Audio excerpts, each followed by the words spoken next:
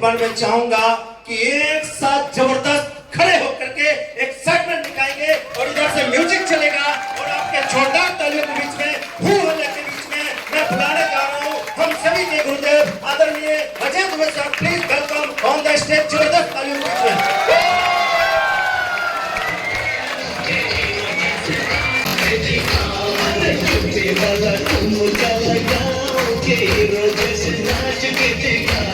Business को लेके पूरे भारत में जाने का मौका मिलता है। शुरुआत किया मैंने एक गांव से, इसका रहने वाला हूं, बनारस से एक सटा जिला है चंदौली। देखिए आप कितने भी बड़े हो जाइए, आप किसी भी शहर में जाके रहिए, लेकिन अपनी मातृभूमि को याद रखना चाहिए। यस, भगवान राम जब 14 साल वनवास काट के रावण को मार के जब आए, तो जब अयोध्या में पहुंचे तो सारी उनकी पूरी फैमिली, सब लोग खड़े थे, गुरु खड़े थे, सब खड़े थे। लेकिन सबसे पहले भगवान राम जैसे ही अयोध्या में नहीं पहुंचे थे, अयोध्या के बॉर्डर पे पहुंचे थे। कहां पहुंचे? जैसे वो गांव का बॉर्डर होता है ना, मैं अयोध्या का जैसे ही बॉर्डर आया, रथ रोक दिया गया। बोले रथ रोको। बोले क्यों? मुझे प्रणाम करना है जन्मभूमि को जिसने मुझे जन्म दिया है। और तो वहीं पे रथ रोकी गई, दंडवत प्रणाम किया उन्होंने। आप भले ही यहाँ पे आज बिहार से है, यूपी से है, कहां से है, लेकिन अपनी जन्मभूमि को नहीं भूलना चाहिए। यस, दंडवत प्रणाम किया। प्रणाम करने के बाद फिर रथ आगे बढ़ा। जैसे ही रथ अयोध्या में पहुंचा, सारी पूरी के पूरा इलाका इकट्ठा था, पूरा राज्य के लोग इकट्ठा थे। लेकिन रामचंद्र जी वहां से उतरे और सीधे जाके सबसे पहला काम उन्होंने किया, कैकेयी के चरणों में पड़ गए। वनवास किसने दिया था? उन्होंने सबसे पहले प्रणाम किसको किया? कैकेयी, माता कैकेयी। जब वो रोने लगी तो उसने कहा कि मैंने बहुत बड़ा अपराध किया है। उन्होंने कहा कि अगर तू मां नहीं होती, कौशल्या मां ने तो मुझे जन्म दिया और कैकेयी मां ने मुझे राम बनाया। जब मैं अगर ये कैकेयी मां नहीं रही होती तो मुझे वनवास नहीं मिला होता, वनवास नहीं मिला होता तो रावण नहीं मिला होता, और रावण नहीं मिला होता तो राम को ये दुनिया जानती नहीं। किसको प्रणाम किया उन्होंने? और हम में से तो अधिकतर लोग संघर्ष आता है तो उस परम पिता परमेश्वर अल्लाह भगवान सबको गाली देते हैं। ठीक है, उन्होंने उस मां को भी प्रणाम किया। पहले चरण पड़े कैकेयी, दूसरे चरण पड़े सुमित्रा, जो भी सुमित्रा भी उनकी मां नहीं थी, लक्ष्मण जी की मां थी। लास्ट में कौशल्या जी। इतना गणित उनकी अच्छी थी कि अपनी माँ तो ऐसे ही माफ कर देगी, लेकिन ये वाली माँ को अगर मैं पहले इज्जत दूंगा तो उनको अच्छा लगेगा। हेलो हेलो, ये जो साइंस थी, आज मैं आपके बीच में उस गांव से बिलोंग करता हूं। इस गांव का नाम है कमालपुर। कमालपुर गांव का मेरे नाम है। चंदौली जिला है यूपी में, बनारस से सटा जिला है। अगर आप मुगल सराय जानते हैं तो मुगल सराय मेरे जिले में है। आरसीएम बिजनेस की शुरुआत हुई अपने गांव से। एक कस्बा है, करीब 8 से 10,000 पॉपुलेशन रहती है। किसान परिवार से हूं, पिताजी खेती बाड़ी किया करते थे। बहुत गरीबी देखा है हम लोगों ने बचपन में। बहुत ने पुलिस की नौकरी छोड़ के आ गए थे, बोले हम नौकरी नहीं करेंगे। घर में सब नौकरी करने वाले थे, लेकिन मेरे पिताजी, क्योंकि अपने पिता का पैसा ही आपके लिए महत्वपूर्ण होता है। सही गलत? सही गलत? लास्ट में छोटी उम्र थी मेरी, मैंने हाई स्कूल पास किया था 1999 में, जिस टाइम इंडिया के अंदर कारगिल का युद्ध चल रहा था। मैं भूलता अपना वो समय इसलिए नहीं हूं कि कारगिल याद रहता है। कारगिल का वॉर चल रहा था इंडिया के अंदर, और उसी टाइम में मुझे बबीना एमपी जाने का मौका मिला। मेरे मामा जी आर्मी में थे, उनकी नौकरी, उनकी ड्यूटी लग गई युद्ध में। तो मैं मामा जी के परिवार को संभालने के लिए गया। वहां जाने के बाद मैंने एक सरदार जी के यहाँ 6 महीना फ्री ऑफ कॉस्ट मैंने नौकरी करी। नौकरी क्यों किया मालूम है? सीखने के लिए। मैं चूंकि बचपन से मेरा आर्ट अच्छा था तो मैंने वहां फोटो फ्रेम करना मैंने सीखा। सरदार जी ने पूछा क्यों करना चाहते हो? मैंने बोला पैसा नहीं चाहिए, सीखना है। 6 महीना मैंने वहां काम किया फ्री ऑफ कॉस्ट। इसके बाद मैं फिर वहां से निकला, मैं अपने गांव आया।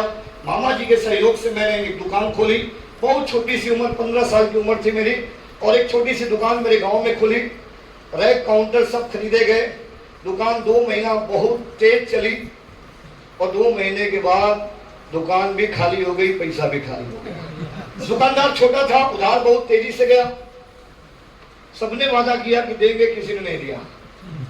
2 महीने के बाद दुकान खत्म हो गई। फिर मामा जी आए, बोले ये क्या?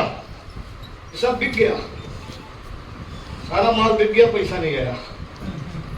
क्यों? उधार वाले तो खोजते रहते हैं, नई दुकान कहाँ खुली, हाय हेलो किए, ले गए। हेलो, मैं अनाड़ी आदमी था, मैंने बिजनेस किया नहीं था। 2 महीने के बाद फिर पूरा कहानी खत्म। फिर इसके बाद मामा जी आए, फिर दुकान में माल भर दिए। एक अच्छा काम उन्होंने किया कि आर्मी कैंटीन का भी माल ला के रख दिया, मिलिट्री वाला। जैसे वो रख के गए, इंक्वायरी वाले आ गए, सिंपल विभाग वाले। अब मुझे नहीं मालूम सिंपल विभाग क्या होता है। आए उन लोगों ने, बोला लक्स साबुन है? मैंने बोला हाँ। बोले कितना है? बोले 1-2 पेटी। कितना चाहिए? बोलो, मतलब चोर पकड़ा भी गया तो कितना बता रहा है? सारा माल का बता रहा है। पूरा मार्केट बंद था, लेकिन मैं खोल के बैठा हुआ था, मुझे डर नहीं था। पान वाला, चाय वाला भी भाग चुका था शटर बंद करके। मेरी दुकान खाली पूरे मार्केट में खुली थी। 5 लोग कार से उतरे, पूछे साबुन? बोले है। लक्स? बोले है। कितना है? 2 पेटी। सारा निकालो। और क्या क्या है? बोले कोलगेट भी है, सब है, तो सब निकालो। इसी टाइप का जिस पे लिखा हो CST for canteen, CST for canteen, not for sale. बोलो, बेचना अलाउ नहीं है, मिलिट्री के लिए है। जैसे ही मैंने दिखाया, 20,000 का फाइन मारा था उस टाइम। पूरी दुकान में माल ही 30,000 का था। और फाइन कितने का था? 20,000। मैं घबरा गया। उम्र बड़ी कम थी। मेरे बगल में डॉक्टर साहब थे, बोले कि अरे भाई बच्चा है, अभी तो इसने बेचारे पता नहीं कैसे दुकान खोली है, थोड़ा संभाल ले दीजिए। बोले नहीं, इसके पिता को उठाएंगे, इसके मामा को जेल भेजेंगे जिसने माल दिया है। मैं तो भाई गड़बड़ हो गई, गलती हो गई। बोले कुछ नहीं, किसी तरह मान मनोबल करते करते करते 5,000 में बात फैल आई। 5,000 पेनाल्टी देना पड़ा। जिस टाइम मुझे किराया तक पैसा नहीं आता था दुकान का। 300 रुपए किराए थे दुकान के, किराए भी नहीं आ रहे थे, 5,000 देना पड़ गया घर से। ये दूसरा अनुभव था दुकान का। फिर चलना शुरू हुआ, काम शुरू हुआ। काम देखिए, इस धरती पे सीखना क्या है आपको? इस धरती का सबसे बड़ा गुरु है फील्ड। यस, सबसे बड़ा गुरु कौन है? मुझे सबसे ज्यादा किसने सिखाया? फील्ड ने।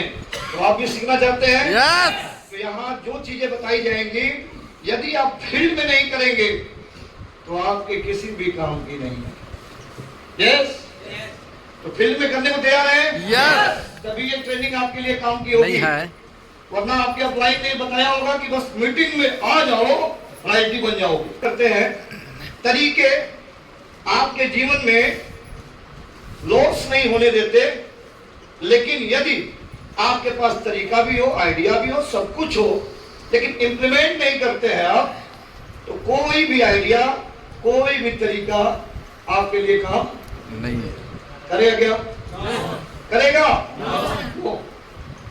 तो आप लोग ये बताइए पहले मुझे कि आप सीखने के लिए आए हैं सिर्फ, या सीख के इंप्लीमेंट करना चाहते हैं? इंप्लीमेंट करेंगे। कितने लोग? ओके, बहुत सारे लोग, ठीक है। तो मैं अपनी बात को विराम करके मैं ट्रेनिंग पे आऊंगा। जैसा कि मैंने बताया आपको कि किसान परिवार से हूं। शुरुआत किया मैंने RCM को अपने गांव से। मेरे गांव में पहली बार RCM आया 2006 में। 2006 में जब RCM आया तो मेरे एक मित्र हैं आरिफ जमाल, जो आज दुनिया में नहीं है, आज के 6 महीना पहले उनका देहांत हो गया। मेरे बचपन के मित्र थे और स्कूल में टीचर थे। सबसे पहले गांव में उन्होंने आरसीएम स्टार्ट किया। उस समय उनकी जूते चप्पल की दुकान थी और मेरा खुद का photo framing gift corner general store की दुकान थी। उन्होंने आरसीएम को ज्वाइन करने के बाद लोगों को बताना शुरू किए।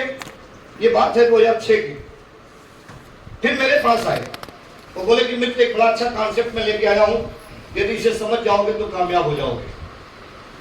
तो मेरा एक ही सवाल था, तुझे क्या मिला? तो उसने बोला मैं तो अभी शुरू हुआ। अधिकतर लोग आपको फील्ड में यही पूछते हैं, जब आप प्लान दिखाने जाते हैं, क्या पूछते? अपना चेक दिखा। तो क्या चेक पहले दिन आता है क्या? नो। अच्छा, कई कंपनियां हैं जो बोलती हैं कि नौकरी तो देंगे, एक्सपीरियंस लाओ।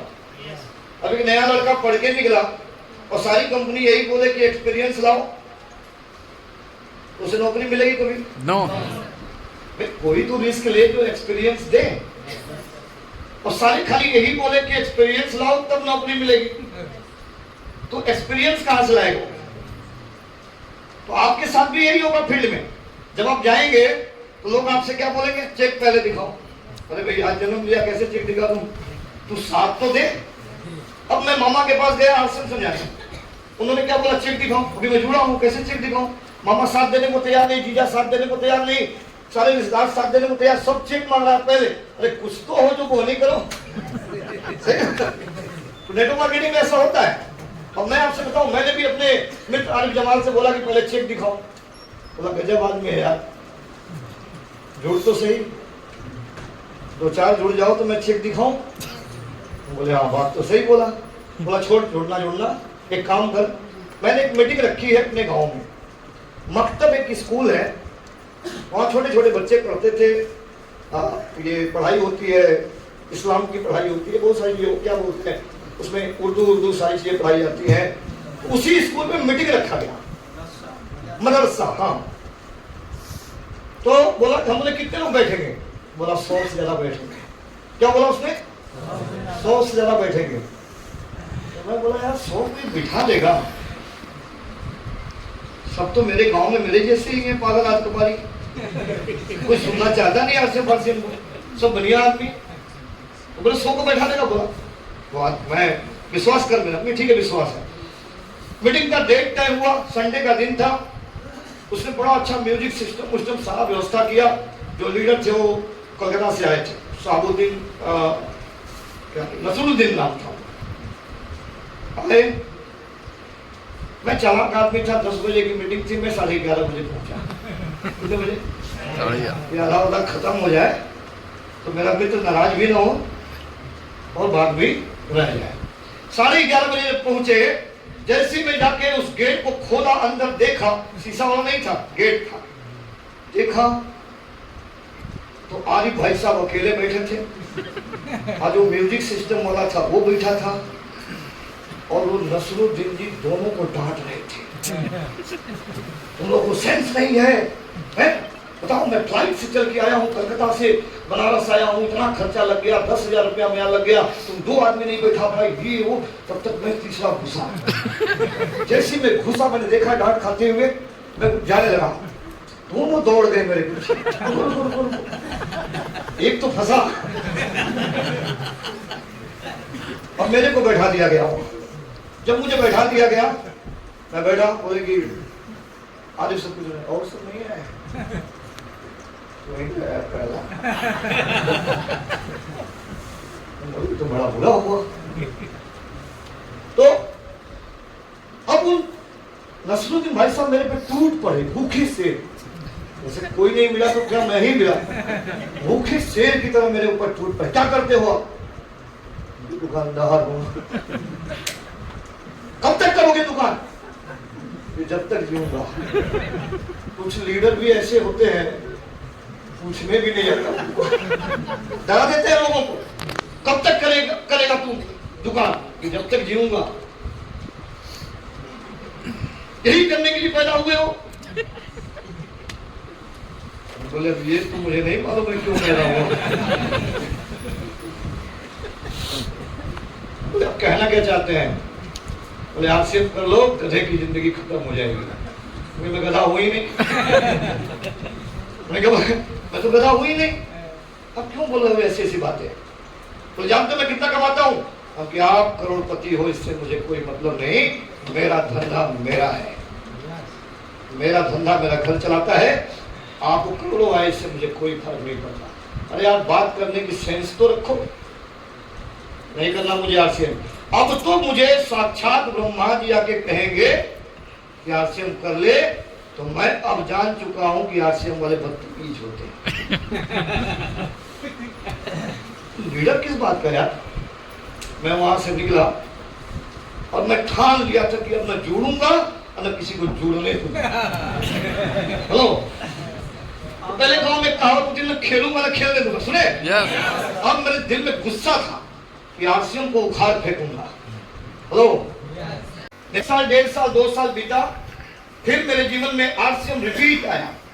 एक व्यक्ति थे, आए और मुझे आरसीएम समझाने लगे। मैंने उनको ऊपर से नीचे तक देखा तो उनके जूते भी फटे थे, बैग भी फटा था, दाढ़ी उड़ी भी बढ़ाए हुए थे, बड़े बेतुके ढंग से। हम के क्या बता रहे हो, करोड़पति बन जाओगे, पहले तुम सुधर तो जाओ। दुनिया जो देखती है वही समझती है। क्यों हमें आरसीएम बिजनेस में सूटे टूटे चलना चाहिए? करोड़ों की बात करो तो कम से कम करोड़पति दिखो तो सही। हेलो, ठीक है, मैं मानता हूं कपड़े से कुछ नहीं होता, तो चले जाओ अपनी शादी करने अंडरगारमेंट पहन के। कई लोग हमसे बोलते हैं सब कपड़े से कुछ नहीं होता। कपड़ा क्या है? शरीर ढकने का है। असली चीज तो मन साफ रहना चाहिए। जाओ ससुराल अंडरवियर पे।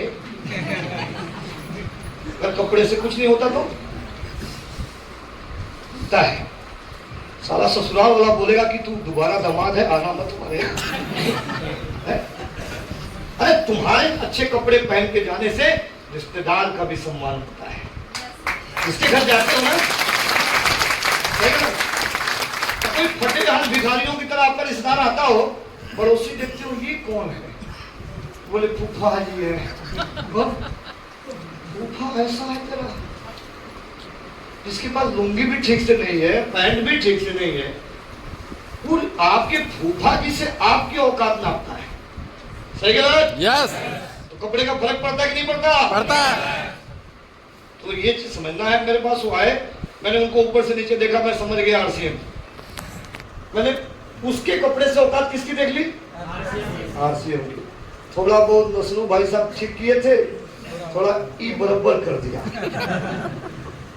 प्लान भी नहीं देखे, भगा दिए उसको, जाओ नहीं करना आरसीएम। और आरसीएम दुनिया की सबसे थर्ड क्लास कंपनी है, सबसे बेकार काम नहीं है। फेरी लगाते हो, शर्म नहीं आती तुम्हें? इतना समझाए बुझाए व्यक्ति वो आरसीएम में छोड़ दिया। 40,000 का उसका बिजनेस हो रहा था। अब खेल देखिए, उसके 1.5 साल के बाद मेरे जीवन में आरसीएम आता है। मेरे 3 मित्रों ने मुझे जबरदस्ती, स्कूटर से मैं जा रहा था, जबरदस्ती पटक के उन लोगों ने 1500 रुपए छीन लिए। हेलो, छीन लिया गया। छीनने के बाद मैं बड़े गुस्से में घर गया। वो 3 पैंट शर्ट लेके मेरे घर आए। घर आने के बाद शाम को उन्होंने मिठाई खाने की बात करी। ऐसे भगवान मित्र सबको दे जो पटक के छीने भी और शाम को मिठाई भी खाने आए। गेट पे आए उन लोगों ने, उनके हाथ में 3 पैंट शर्ट था, एक काले रंग का बैग था। मैं गेट खोला, देखा तो तीनों खड़े। बोले अब क्या? बोले हम लोग बेईमान नहीं है, 1500 दिया था, हिसाब बराबर कर ले, 3 पैंट शर्ट है। तो मैंने तीनों पैंट शर्ट ले लिया। जैसे ही घर में एंटर किया बरामदे से, तो मेरी मिसेज ने देखा बैग, बोली आप भी जुड़ गए। बोले क्यों, जानती हो क्या आरसीएम? बोले अरे मेरे पापा पठानकोट में थे, सूबेदार मेजर, जब उनको किसी ने जोड़ा था, बेचारे ड्यूटी छोड़ छोड़ भागते थे आरसीएम करने, कुछ हुआ नहीं। फिर पापा को नहीं रह गया तो गांव आए, हमारे चाचा को जोड़े, और चाचा अपने गांव में कई लोग को जोड़ दिए, कुछ नहीं हुआ। मैं जानती हूँ आरसीएम, छोड़ दीजिए। बोले देखो जानता तो मैं भी हूं, लेकिन ये गलती मैं नहीं करूंगा। बोली कपड़ा वापस कर दीजिए। ये नहीं करूंगा, बढ़िया आदमी हूं, मुझे मालूम है तीनों शैतान कैसे हैं, तीनों कपड़ा ले जाएंगे, मैं समझ ही चुका है। मैं बोला कपड़ा वापस नहीं होगा। बोले नहीं वापस नहीं करना आरसीएम फारसीएम। हम बोले कपड़ा नहीं जाएगा, तुझे जो समझना है समझ ले। मैंने कपड़ा रख दिया। हाँ, मैंने ये वादा किया कि मैं आरसीएम नहीं करूंगा। 6 महीना बीत गए। 6 महीने के बाद फिर मेरे दरवाजे पे लीडर्स आते थे, ये लोग हमें समझाने के लिए, मीटिंग में बुलाने के लिए। हम बहाने मार के भाग जाते थे। 6 महीना चला। कितने महीने? 6 महीना। मेरे गांव में वो मानता है क्या? दे दीजिए। एक हमारे सीनियर है अजीत जायसवाल जी। अजीत जायसवाल जी घर पे मीटिंग होती थी। जहां ये मीटिंग होती थी, मेरी यहाँ पे दुकान थी मार्केट में। इस मीटिंग स्थल पे जाने का मेन रास्ता था मार्केट। मैं इधर से घूम के अपने घर भागता था, पकड़ाऊ न। हर मंगलवार को, सॉरी बृहस्पतिवार को मीटिंग होती थी शाम को 5 बजे। 5 से 7-8 मीटिंग चलती थी। मैं 6 महीना तक किसी एक मीटिंग में नहीं पहुंचा। इतना शातिर आदमी था, समझना ही नहीं था आरसीएम। गाली तो इतनी बढ़िया बढ़िया देते थे आरसीएम को, छावड़ा जी को। लेकिन कहा जाता है जब ऊपर वाले को मंजूर होता है वही होता है। मानते हैं आप लोग? यस। अचानक एक दिन जब लोगों को लगा कि ये मरीज बहुत खतरनाक है, ये हॉस्पिटल नहीं आएगा, तो डॉक्टर को ही घर भेजा गया। तो रिस्पेक्टेड सुशील कुमार सिंह जी को भेजा गया। कहाँ? दुकान पे। जाइए समझाइए। तो मैं सुनने को उसमें भी तैयार नहीं था। तो उन्होंने एक बढ़िया काम किया, मुझे सेमिनार में पहुंचा दिया। और आप लोगों से मैं कहना चाहता हूं, आपको इस बिजनेस में मेन काम क्या है?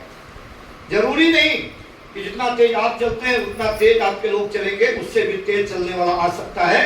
लेकिन यदि आप सेमिनारों में पहुंचाने की हिम्मत रखते हैं तो यस। तो सुशील सर ने मेरे को एक वादा करवाया कि सर करिएगा मत आरसीएम, एक प्रोग्राम में उसको देख लीजिए, मर्जी आपकी, करो चाहे ना करो। मैं तैयार हो गया। और उन्होंने बोला कि आपके पूरे दिन की दिहाड़ी कितनी नुकसान हो जाएगी? हम बोले 1000 रुपए समथिंग। बोले 1000 रुपए हम दे देंगे, आप आज तक नहीं दिए। वादा किया 1000 रुपए दे देंगे।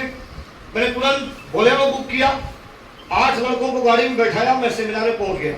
वहां 50 रुपए की टिकट थी। 50 रुपए की टिकट के लिए मैंने झगड़ा किया, मैं मीटिंग में नहीं जाऊंगा। 50 रुपए अपलाइन को ढूंढ रहे थे कि अपलाइन को पकड़े, उसी से दिलवाए 50 रुपया। समझिएगा इस बात को। जैसे आपके मन में जो चलता है ना, वो सारा कुछ हम लोगों के भी मन में चलता रहा है, क्योंकि हम लोग दूसरी दुनिया के नहीं है। कहाँ के हैं? इसी दुनिया के हैं। सही गलत? अब 1 घंटा झगड़ा चला। कहाँ? गेट पे 50 रुपए के लिए। और सुशील सर बुला के फरार। वो दिख इसलिए नहीं रहे थे कि सब टिकट हमसे कटवाएंगे, ये भग गए। जब हम लोग देखे कि गेट वाला जो है बहुत मजबूत है, जाने नहीं देगा, तो हम लोगों ने मजबूरन 50-50 रुपए का टिकट कटवाया। 8 मित्र गए। और हम लोगों की प्लानिंग ये थी कि 1 घंटा मीटिंग देखेंगे, अगर समझ में आया तो ठीक, नहीं तो टकसाल सिनेमा हॉल में गदर मूवी लगी थी। कौन सी मूवी थी? सन्नी देओल वाली। प्लान था कि यहां से निकलेंगे, असल के गदर मूवी देखेंगे। लेकिन जब मीटिंग में गए तो गदर भूल गए। 2500 लोग, खचाखच सिटिंग हॉल थी, स्टेज पे लोग बैठे हुए थे। मेरे श्रीज अपलाइन श्रीज अजीत जायसवाल जी ने हम लोगों का रिपोर्ट ले लिया था कि हम कितने लोग आ रहे हैं। तो पहले वाले आदमी का बड़ा ध्यान रखा जाता है। तो हम लोगों के लिए आगे की 3 लाइन के बाद 8 सीट गमछा बिछा के बुक थी। हेलो, अंदर गए तो कहीं जगह नहीं था, लेकिन 8 लीडर छेक छेक के बैठे हुए थे हमें बैठाने के लिए। जैसे मैं अंदर गया, लोगों ने बोले आइए सर आप कहाँ बैठे? हम जमीन पे बैठेंगे। सारे 8 लीडर हम लोगों को बैठा के और अपने चले गए। कहाँ? स्टेज पे, जमीन पे। बड़ा अच्छा लगा। कहने के हम लोगों में दम है भाई। हेलो, दम नहीं होता है, आपको समझाने के लिए सब किया जाता है। समझ जाओ फिर समझ में आएगा तुझे, फिर तू दूसरे को बैठा के अपने बैठेगा जमीन पे। हेलो, तो पहले तो मेरा आओ भगत हुआ, बड़ा अच्छा लगा, मीटिंग शुरू हो गई। पहली इनकम 112, 200, 150 कमाने वाले आए। कोई व्यक्ति बोला मैं डॉक्टर हूं, कोई बोला मैं इंजीनियर हूं, कोई बोला मैं ये हूं वो हूं। एक लीडर था खड़ा हुआ, बोला मैं बनारस में पैसे से डॉक्टर हूं और मेरी इनकम बनी है 107 रुपया। कितना बोला? 107। तब तक पीछे से लीडर बोला ताली बजाओ, ताली बजाओ। तो हम लोग तुरंत सारे आठों क्या खड़ा कहाँ चेयर। हेलो, कहाँ खड़ा हुए हम लोग? क्यों खड़ा हुआ? हम लोग उन लड़कों से बोल यार 107 आया है, खड़ा होता है छत पे। उसी पीछे लंबी भीड़ थी और हम आठों लड़के चेयर पे खड़ा होकर ताली बजा रहे थे, घूम घूम के। हम लोग बड़े नौटंकीबाज थे हम लोग, बिरचू के छात्र थे भैया, बनारस हिंदू यूनिवर्सिटी। सब चेयर पे डांस करके ताली बजा रहे थे, बजाओ बजाओ, तू बजा तू बजा तू बजा। लोगों से बजवा रहे थे हम लोग। तो मैनेजमेंट से कॉल आया, सर प्लीज आप लोग सीट से नीचे उतर के बैठिए। इतना ताली बजाने को नहीं बोला गया था। फिर हम लोग नीचे बैठ गए। 107 रुपया, क्या खुशी बजा रहे थे मजाक में? मजाक में। डॉक्टर पागल हो गया है। एक तरफ बोल रहा है कि फुल टाइम कमाता हूँ 1 लाख, 107 आदमी को इतनी ताली। ईगो क्या था कि मैं अजय कुमार दुबे 1.25 लाख सैलरी बांटता हूँ अपने वर्कर के बीच में। 40-50 हजार तो कमाई लेता हूँ, छोटे भाई साहब 35 हजार बचा लेते हैं कानपुर में, तो 75 हजार तो मैं बचा लेता हूँ। ये 2009 की बात है। ईगो कितना बड़ा था अपना। मेरे बगल में जो व्यवसायी का सोने चांदी का कारोबारी था, सोना चांदी का लाखों रुपए, 5 लाख 7 लाख रुपए महीने में कमाता है, वो भी ताली बजाता है। वाह 107। समझिएगा, इस बिजनेस को आम आदमी नहीं समझ पाता है। हेलो, पहली लाइन खत्म हुई, दूसरी लाइन शुरू हुई। अब आपके बीच में बुलाया जाएगा उन लोगों को जो इस बिजनेस में महीने के 1000 रुपए कमाते हैं। 1000 वाले महीने के जिनके 1000 आते हो, 1000 हाँ, 1 2 3 4 5 लोग। एक बार ताली बजा दी इनके लिए। हाँ, ठीक है। अब बुलाया करके अब आपके बीच में 1000 कमाने वाले आएंगे, उन पे भी हम लोग खूब ताली बजाए खड़ा होके। फिर बुलाया गया कि आपके बीच में 5000 कमाने वाले आएंगे, फिर ताली बजाई गई। 10,000 महीना कमाने वाले आएंगे, उनको ऊपर भी खूब ताली बजाए हम लोग। अब आया नंबर रॉयल्टी अचीवर। क्या नंबर है? रॉयल्टी। एक बार भागते हुए सभी रॉयल्टी अचीवर आएंगे हमारे स्टेज पे। Royalty achiever. अब ये लेवल ऑन रॉयल्टी, इन्हें आप देखें, महसूस करें आप। ये सभी रॉयल्टी अचीवर हैं। मुझे रॉयल्टी के बारे में कुछ पता होता नहीं था, मैंने कभी रॉयल्टी सुना नहीं था। रॉयल्टी होती क्या है, रॉयल्टी चीज क्या होती है? तो हम 8 मिनट बैठे हुए थे, मीटिंग चल रही थी जोर शोर पे। अचानक एक लीडर आया और बोला कि इस बिजनेस में साबुन, तेल, नमक, हल्दी, धनिया, मिर्चा, मसाला, इसका हम इस्तेमाल करते हैं और जब हम दूसरे को बताते हैं तो हमारा क्रिएशन होता है ग्रुप का। क्या क्रिएशन होता है? ग्रुप क्रिएशन होता है। फिर उसने बताया कि कोई व्यक्ति यदि गायक है तो गायक जब होता है तो गाना गाता है, जब उसके गाने कोई कंपनी पेटेंट कर लेती है, जैसे टी सीरीज जैसी कंपनी पेटेंट कर लेती है, तो वह गाने इस धरती पे जब तक बजेंगे कोई भी व्यक्ति उसे सुनेगा ऑनलाइन या जैसे भी, तो उसके पैसे उसके न रहने के बाद भी उसकी तीसरी जनरेशन तक जाते हैं। आज इस धरती पे रफी साहब नहीं है, नहीं है ना? किशोरदा है? किशोरदा भी नहीं है। बहुत अच्छा गायक थे। आज किशोरदा दुनिया में नहीं है, लेकिन उनके बच्चे की जो रॉयल्टी है सालाना 250 करोड़ है। कितना? 250 करोड़। किशोरदा को मरे कितने साल हो गए? अभी लता मंगेशकर जी मरी है, उनकी रॉयल्टी किसको मिली है? उनकी बहन की कि लड़की कि उन्होंने शादी नहीं की थी। चलिए, फिर उन्होंने बताया कि रॉयल्टी मिलती है क्रिएटर को। जब कोई व्यक्ति कुछ क्रिएट करता है और उसका क्रिएशन जब तक इस धरती पर आता है उसके परिवार को पैसा आता है, तो ऐसे रॉयल्टी अचीवर को बुलाया गया उस टाइम स्टेज पे। हम बड़ा परेशान थे यार, हम तो बीएचयू में पढ़ाई किए, कभी रॉयल्टी सुने ही नहीं, ये कौन सी बला है। यस, फिर बताया गया कि आपके बीच में ऐसे भी व्यक्ति मिलेंगे जो लेखक हैं, उन्होंने किसी किताब को लिखा, वो किताब इस धरती पे जब तक चलेगी, वो किताब इस धरती पे जब तक बिकेगी, जो भी पब्लिश करेगा उसे, उसके घर में उसके बच्चे के बच्चे को 3 जनरेशन तक पैसा है। तीसरा बताया गया वैज्ञानिक कि जब कोई व्यक्ति किसी चीज का आविष्कार करता है, वो आविष्कार इस धरती पे जब तक चलता रहता है, वो दुनिया में रहे चाहे ना रहे, उसके बच्चे के बच्चे को उसका पैसा आता है। मैं सैल्यूट करता हूं इस देश के सबसे बड़े वैज्ञानिक doctor APJ Abdul Kalam. Doctor साहब ने शादी नहीं किया, अगर वो शादी किए होते, उनके पास एक बेटा रहा होता, तो डॉक्टर साहब ने करीब 3000 आविष्कार किए। 3000 आविष्कार किए हैं। आज उनका बेटा कितना भी कम कमाता, 4 से 5 हजार करोड़ ईयरली कमाता। हेलो, कितना? 4 से 5 हजार करोड़ गवर्नमेंट को देना पड़ता, चाहे डॉक्टर साहब दुनिया में रहे चाहे न रहे। फिर उनके बेटे को जो पैसा आ रहा होता, उसके बेटे को देना पड़ता, 3 जनरेशन। तो डॉक्टर साहब को मैं सैल्यूट इसलिए करता हूं कि उनको मालूम था कि यदि मैं किसी भी बच्चे को गोद भी ले लिया तो गवर्नमेंट को 2 जनरेशन पैसा भरना पड़ेगा। तो उन्होंने सादगी से किसी को गोद नहीं लेके अकेला जीवन बिता के चले गए और इस देश का हजारों करोड़ रुपया देश को देके चले गए। फिर वो लीडर ने बोला कि चौथी रॉयल्टी मिलती है नेटवर्क मार्केटिंग में।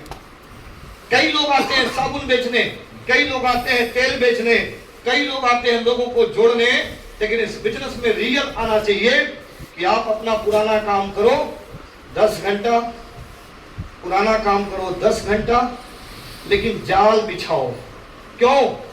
जिम्नास्टिक का जो खिलाड़ी होता है 40 फीट की ऊंचाई में हवाओं में कूदता है, इस डंडे से उस डंडे पे उड़ता है, अपनी काबिलियत की बदौलत नहीं, उसे विश्वास होता है कि नीचे जाल है।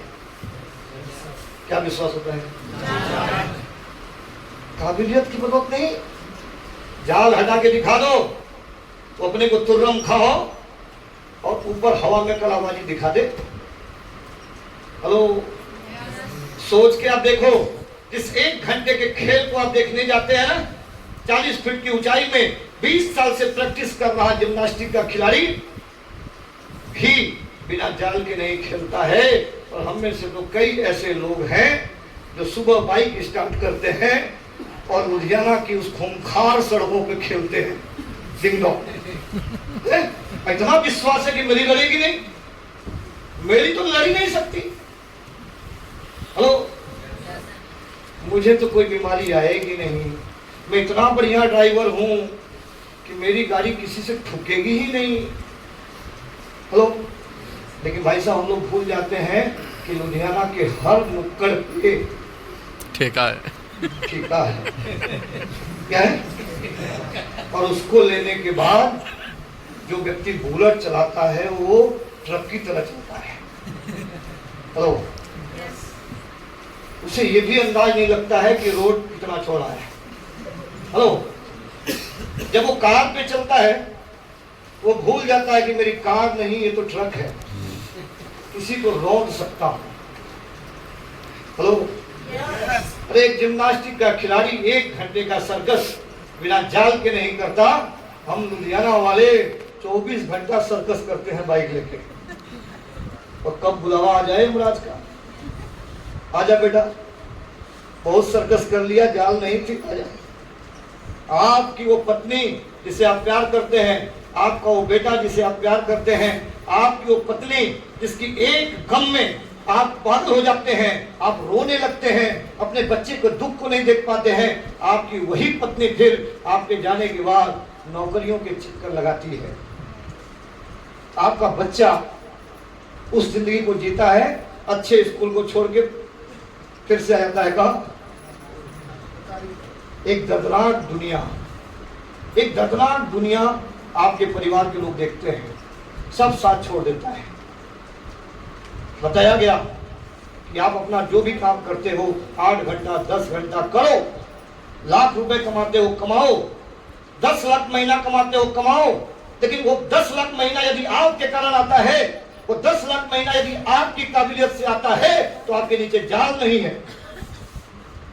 चुटकी में 10 लाख रुपया महीना गायब हो जाएगा, लेकिन 2 घंटा आरसीएम करके रॉयल्टी अचीवर बन जाओ। अरे आपकी वो 10 लाख 10 साल से चल रही इनकम को 1 मिनट में झटका मारे खत्म कर देगी।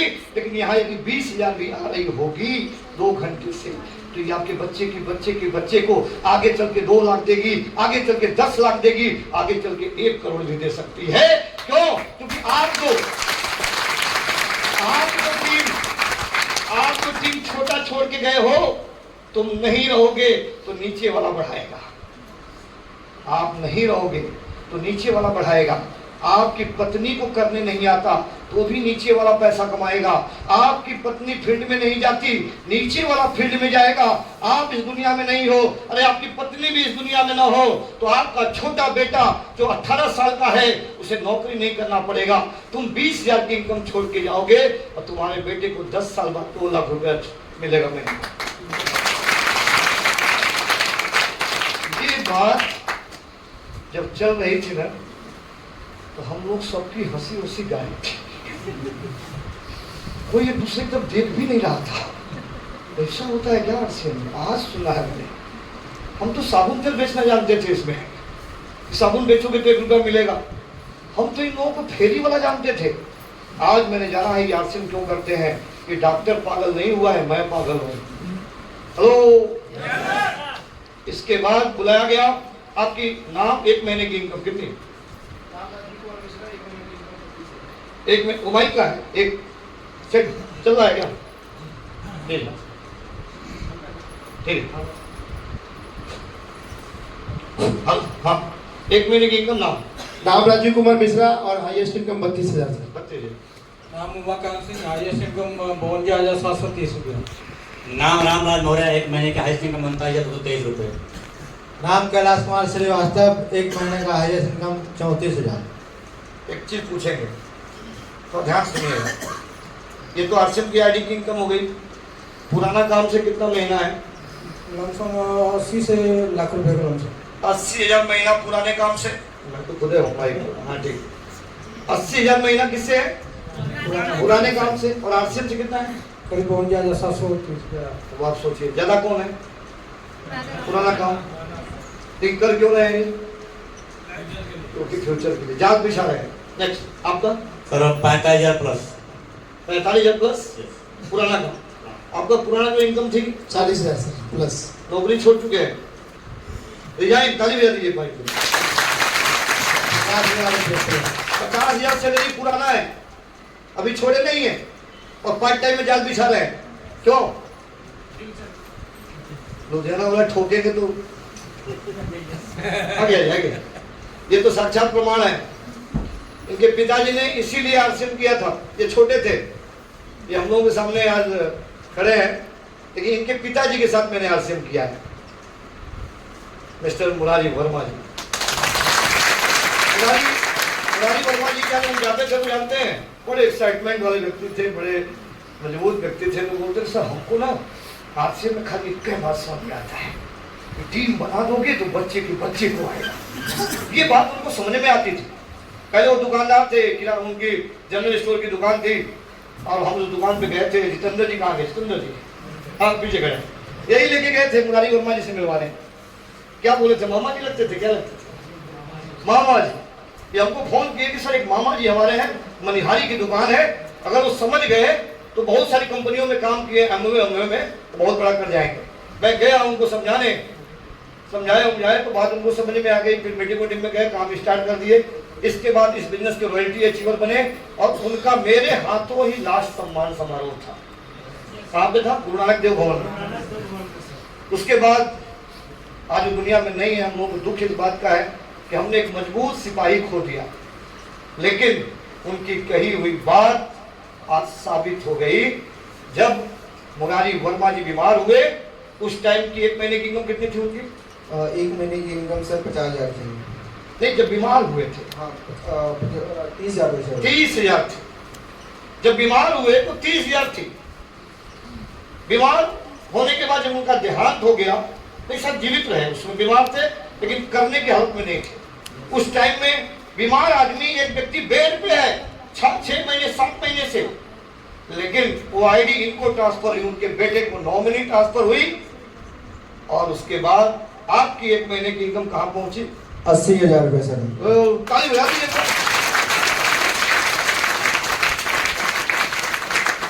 पिता ने किया, पिता करने लायक नहीं रहा और बेटे को बीमारी हालत में 80,000। और आगे आने वाले समय में टीम बढ़ेगी कि घटेगी? बढ़ेगी। तो इनकम 8 लाख भी होगा, 80 लाख भी होगा और 8 करोड़ भी होगा। Yes sir. Okay, thank you. पुराना काम क्या है? पहले तो फैक्ट्री था, 1 साल बाद फैक्ट्री का लाइन छोड़ दिया, फिर ट्रांसपोर्ट लाइन का कारोबार किया, उससे 50 से 55 हजार करंट इनकम है। आरसीएम से जो इनकम है 38,153 रुपया हाईएस्ट। Thank you. पुराना काम दर्जी का मन का मर्जी, कभी जाता हूँ कभी नहीं भी जाता हूँ, तो वहाँ का सैलरी मेरे को अस्थायी रूप से पता ही नहीं है, सच बताऊँ तो। लेकिन मैं आरसीएम में जब आया तो 32,500 हाईएस्ट इनकम, और तब से मेरी रॉयल्टी शुरू हुई। तब से एक ही कहानी शुरू हुआ, जिंदगी के साथ भी करूँगा और अगर मर भी जाऊँगा तो मेरे आने वाले पीढ़ी भी करेंगे। Thank you sir. Thank you. आगे आरसीएम पुराने काम से 10-12 हजार रुपए कमाते थे। आरसीएम का जो हाईएस्ट पे आउट रहा है मेरा, वो 42,000 रुपए का। पुराना काम 10 घंटे वाला 12,000। मैं फिर भूल जा रहा हूँ। पुराना काम 10 घंटे वाला कितना देता है? 12,000। और आरसीएम का पार्ट टाइम वाला 42,000। यस, आइए सर प्लीज। हमारे बीच में राकेश जी हैं। मेरा नाम सुरेश कुमार है, मैं ठेकेदारी करता हूँ और मेरा जो बाहर का काम है उससे मेरा 30 से 40 हजार कमाता हूँ। आरसीएम से हाईएस्ट इनकम 32,000 से प्लस होता है। Thank you. Okay, thank you, thank you. अपने को भी जाएगा। आए स्टेज पे और सबने अपना नाम क्या करते थे, 1 महीने की इनकम बताना शुरू किया। तो एक व्यक्ति आया और बोला कि मैं मुगल सराय में नींबू बेचता था, बोरा बिछा के नींबू बेचता था, फुल टाइम नींबू बेचता था और पार्ट टाइम मैंने आरसीएम किया, 1 महीने की इनकम 40,000। अब सब ताली बजा रहे थे, ये 8 नहीं बजा रहे थे। सब चुप थे, सबका ईगो खत्म होने लगा। क्यों? क्योंकि हम 40 लाख रुपया लगा के 40,000 कमाते थे। तो सोने चांदी का कारोबार करने वाला करोड़ों लगा के 1 लाख 2 लाख कमाता था। यहाँ ये व्यक्ति बोल रहा है खाली 2 घंटा लगा के 40,000। तो पांव तले जमीन खिसकने लगी। फिर एक व्यक्ति आया और उसने बोला कि मैं फुल टाइम भैंस चराता हूँ। क्या बोला उसने? फुल टाइम भैंस चराता हूँ, पार्ट टाइम आरसीएम। भैंस को चारा पानी दूध निकालने के बाद साइकिल उठाता हूँ, सूट टाई करता हूँ, बैग लेता हूँ और गांव-गांव में फेरी लगा देता हूँ और मेरी 1-1 महीने की इनकम 48,000। मैं अंगूठा छाप। क्या बोला उसने? मैं अंगूठा छाप। झटके पे झटका लग रहा था। सारे लोग आ रहे थे, बारी बारी बारी बारी बारी बारी। करीब 13 लोगों ने अपनी इनकम बताई और प्रोफेशन बताया। अभी तो और कहानी लास्ट में आपके बीच में रखने जा रहा हूं। मेरा मोटिवेशन कहां से शुरू हुआ। अब इसके बाद बोला गया कि आपके बीच में इनसे भी जो बड़ी पिन होती है, टेक्निकल की पिन। एक टेक्निकल मुकाम ऐसा होता है जहां जाने के बाद महीने की 50,000 रुपए शुरू होती है और यहां से जिंदगी की असली उड़ान शुरू होती है। Pearl, star pearl, emerald, star emerald, ruby, star ruby, sapphire, star sapphire और डायमंड। यानी 50,000 से शुरू होके आप इस बिजनेस में 500 करोड़ महीना तक जा सकते हैं। ये पिन नहीं सफर की शुरुआत है। क्या बोला गया? ये पिन नहीं सफर की शुरुआत है। तो इस सफर का जो पहला पायदान है अमेरिका, मैं अब उन्हें बुलाने जा रहा हूं। तो पर्ल अचीवर को बुलाया गया। पर्ल अचीवर ने आए और बताए मेरी 1 महीने की कम 50,000, 60,000, 50,000, 60,000 सब बताने चले गए। अचानक फिर बोला गया इससे बड़ी पिन होती है स्टार पर्ल। स्टार पर्ल को बुलाया गया। 7-8 लोग आए। उसमें एक लड़की थी जिसका नाम था पूनम तिवारी। पूनम तिवारी मेरे बुआ के रिलेशन की लड़की थी। मैं उसको जानता था। बनारस की रहने वाली थी। शिवाला वाराणसी में उसका घर था। उसके पिता को कैंसर हुआ था 8 साल पहले। उसके पिता मर गए, घर बिक गया। वह लड़की प्राइवेट नौकरी करती थी। ये सब मुझे मालूम था। लेकिन पहली बार 7 साल के बाद मैंने दोबारा उस लड़की को देखा आरसीएम के स्टेज पे, सूटेड बूटेड पूनम तिवारी। उस 9 लोगों में मुझे किसी की बात नहीं समझ में आई। क्यों? क्योंकि आप किसी को जानते नहीं थे। हो सकता है वो झूठ भी बोल सकते हैं। लेकिन जब पूनम तिवारी का नंबर आया, जब उसने अपनी कहानी सुनाई कि 1200 रुपए की नौकरी थी मेरी, मैं किसी तरह अपने भाई को, और मैं पढ़ रही थी। अचानक मेरे स्कूल के प्रिंसिपल ने मुझे आरसीएम समझाया। मैंने स्कूल के प्रिंसिपल का मन रखने के लिए आरसीएम को ज्वाइन कर लिया कि अगर नहीं जुड़ूंगी तो ये नौकरी से निकाल देगा। और मैंने साबुन तेल बताना शुरू किया। साइकिल से चल के मैंने आरसीएम को करना शुरू किया। मेरे पास साइकिल भी नहीं थी, लेकिन दिल में आरसीएम के प्रति प्यार था, दिल में आरसीएम के प्रति श्रद्धा थी, दिल में मोहब्बत हो गई थी आरसीएम से। क्या बोला उसने? आरसीएम से मोहब्बत हो गई थी। और बड़ा अच्छा उसकी स्पीच लगी थी। उसने बोला जब मोहब्बत हो जाता है ना तो न ऊंच नीच समझ में आता है। तो इससे पूनम तिवारी को किससे मोहब्बत हो गई थी? आरसीएम से। एक कहावत है गांव में कि दिल लगा दीवार से तो परी। सुना आपने? जब उसने बताया कि मुझे रात में सपने आते थे आरसीएम के, क्वालिटी टेक्निकल सपने में दिखता था, कार सपने में दिखता था। मैं बेचैन होकर बैग लेके 8-8 किलोमीटर पैदल चलती थी। मेरी पहली इनकम आई 100 रुपए और आज मेरी 1 महीने की इनकम 76,000 है।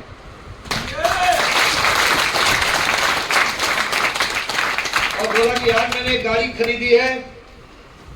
ये वही लड़की है जिसके पास साइकिल खरीदने का पैसा नहीं था। आज मैंने मारुति जेन गाड़ी परचेज की है और आज मेरी गाड़ी का फीता कटेगा वहां। मैं वहां से उठा। उठने के बाद जैसे वो स्टेज से एक लाइन से चढ़ी थी, इधर से उतरना था। मैं दौड़ते हुए जाके मिला। पूनम पहचान रही है मेरे को? बोले हाँ अजय, तू भी जुड़ गया है? हम भी नहीं जुड़े हैं। तब तक सुशी सब जुड़ गए। अभी से आ गए। जब 50 रुपए टिकट का मामला तब है। हेलो, जुड़ गए। होता ना ग्रुप, कई ग्रुप में बदल ले। मोटिवेट हुआ तो बोलने घबराइए मत, मैं मजाक किया। फिर इसके बाद वो हाथ पकड़ी। बचपन में हम लोग मामा, मेरे पिताजी उनके मामा लगते थे। हाथ पकड़ के जबरदस्ती ले गई बाहर, चल दिखाते हैं तेरे को कैसा। कार उसने खोला, गेट, बैग निकाला, 1-1 महीने की चेक 75,000, 76,000, 80,000, 82,000। और फिर हम बोले कि कार तेरी है कि तू किसी से मांग के ले आई है? तो बोले ये परचेज लेटर देख, मेरे नाम से रसीद कटी है, पेपर नहीं आया है, 15 दिन बाद आएगा। ये मैंने परचेज किया है, इस शोरूम से पता कर ले। तो मैंने भी सोचा अच्छा ये पता कि अकाउंट नंबर, तेरा पासबुक है? ये जो पेपर है तो कंप्यूटर से बनवाया जा सकता है। पासबुक है तेरा? बोले हाँ पासबुक मैं रखी हूँ। जितना मेंटेन कराई थी उसने सब दिखाया, तब जाके संतुष्टि मिली। यस, आरसीएम करूँगा। हेलो, यदि आपके इस लुधियाना के अंदर कोई व्यक्ति सवाल करता है, आपको ज्यादा परेशान करता है, तो घबराओ मत, उसे प्रूफ की जरूरत है। तो क्या अजय दुबे निगेटिव था? कंफ्यूज था।